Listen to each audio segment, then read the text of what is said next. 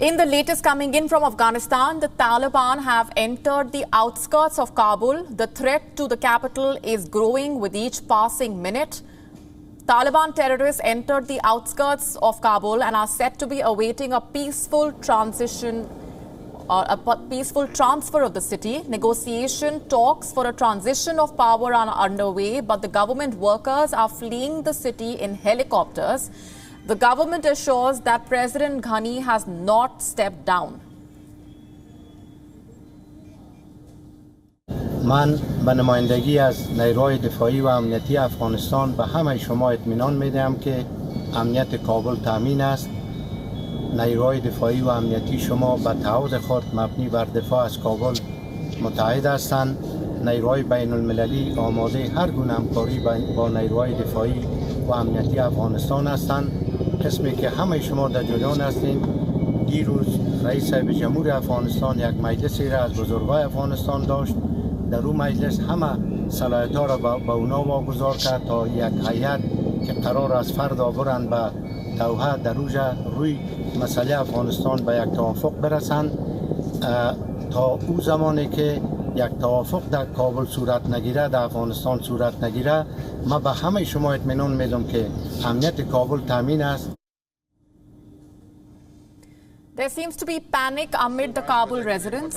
Traffic jams and long lines of vehicles can be seen on the streets of Kabul as the people are scrambling to either get home to their families or leave Kabul.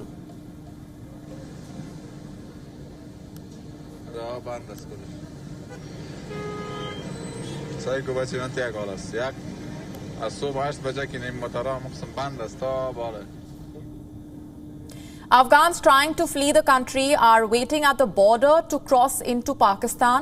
At the border town of Chaman, people carrying their belongings are standing at the gate crossing point manned by the Pakistani soldiers.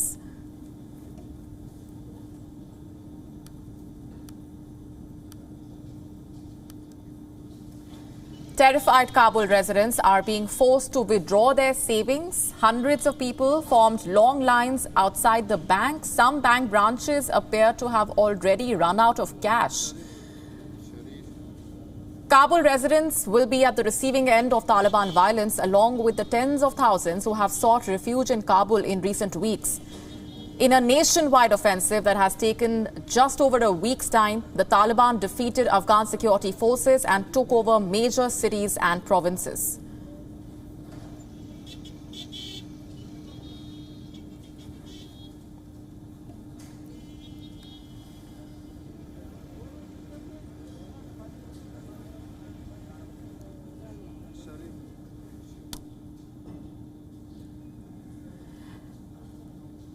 And our correspondent Anas Malik has been on the ground. He's been getting us the very latest from Kabul. Anas, as per the latest, the Taliban are awaiting a quote-unquote peaceful transfer of power. Get us up to speed with what we know at this point. The Afghan forces at Bagram Air Base, home to a prison housing 5,000 inmates, surrendered to the Taliban as well, according to the Bagram district chief. The prison at the former US base held both Taliban and Islamic State group fighters. Absolutely. You said that correctly, that the Bagram prison has been surrendered. This has been confirmed by local officials. This has been confirmed by local officials. It had 5,000 inmates. It has 5,000 inmates. This has what been confirmed. There seems to be some audio issues. If we can just have that fixed. On the other hand, if we're seeing that there are helicopters continuously hovering over along in Kabul. Towards my left, along the U.S. Embassy, towards the Afghan Presidential Palace, and we're seeing increased. We're seeing increasingly. We're seeing that the number of helicopters that are ongoing, that are hovering over, that last for about 5 to 8 helicopters. Additionally, if I talk to you about the situation on the ground, today I saw that there were people who were angry. There was chaos on the streets of Kabul. There was anger on the streets of Kabul. There was traffic, but there was an unusual traffic jam. I've tried speaking to people. They were angry at their political leadership for not taking a stand. They were angry at the leadership for not resisting, for not fighting, and for not doing enough. They were angry at the American forces for plunging them. That is what they believe, for plunging them to what they believe is this ongoing problem. This is what the mood has been in Kabul like today. If I talk to you about the situation in the city, as we speak, there is deafening silence. But the overall situation, there is tensions, because you never know. Nobody is certain of what the outcome would be of these ongoing talks that are currently ongoing at the Afghan presidential palace, which has Zalmay Khalilzad and the senior NATO representatives as well. The Taliban say that they're awaiting a peaceful transition of power, and we're yet to hear more on that. What we understand is that at the Kabul airport, no flights have been taking off, at least for the past 3 hours. Multiple international flights are just stuck at the runway of the Kabul International Airport. Yes, Molly. Right, Anas, you've been traveling across Afghanistan over the past few weeks and speaking to the people on the ground. The worst fears seem to be coming to life now with the Taliban entering the outskirts of Kabul, and with those talks now underway, a lot of uncertainty over what the future holds for the people of Afghanistan. Give us a better sense of what the mood has been like over the last few weeks and how you've seen the transition on the ground.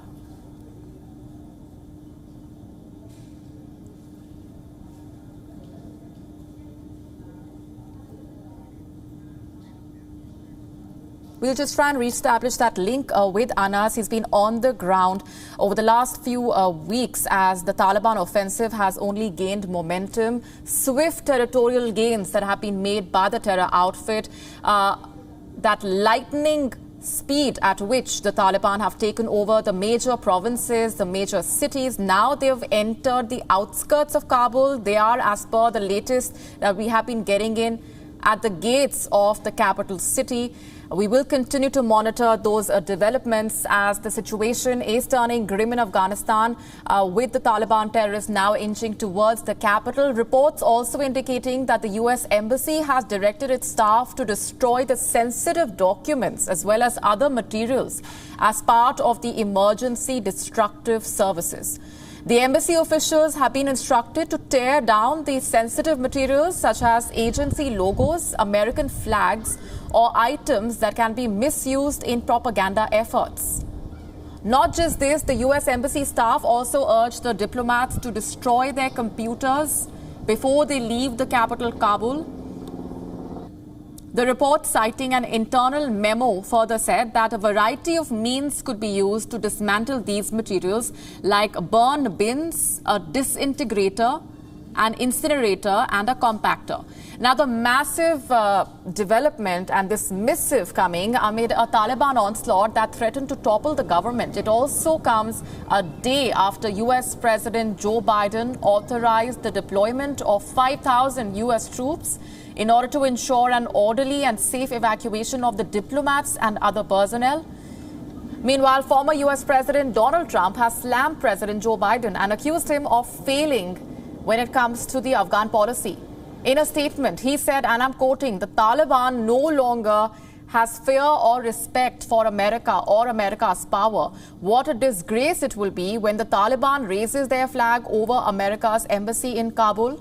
He further said that this is a complete failure and a total strategic incoherence. And Taliban's swift advances in recent days far outspaced US predictions about what would happen as the United States withdrew after 20 years of war. WION, now available in your country. Download the app now. Get all the news on the move.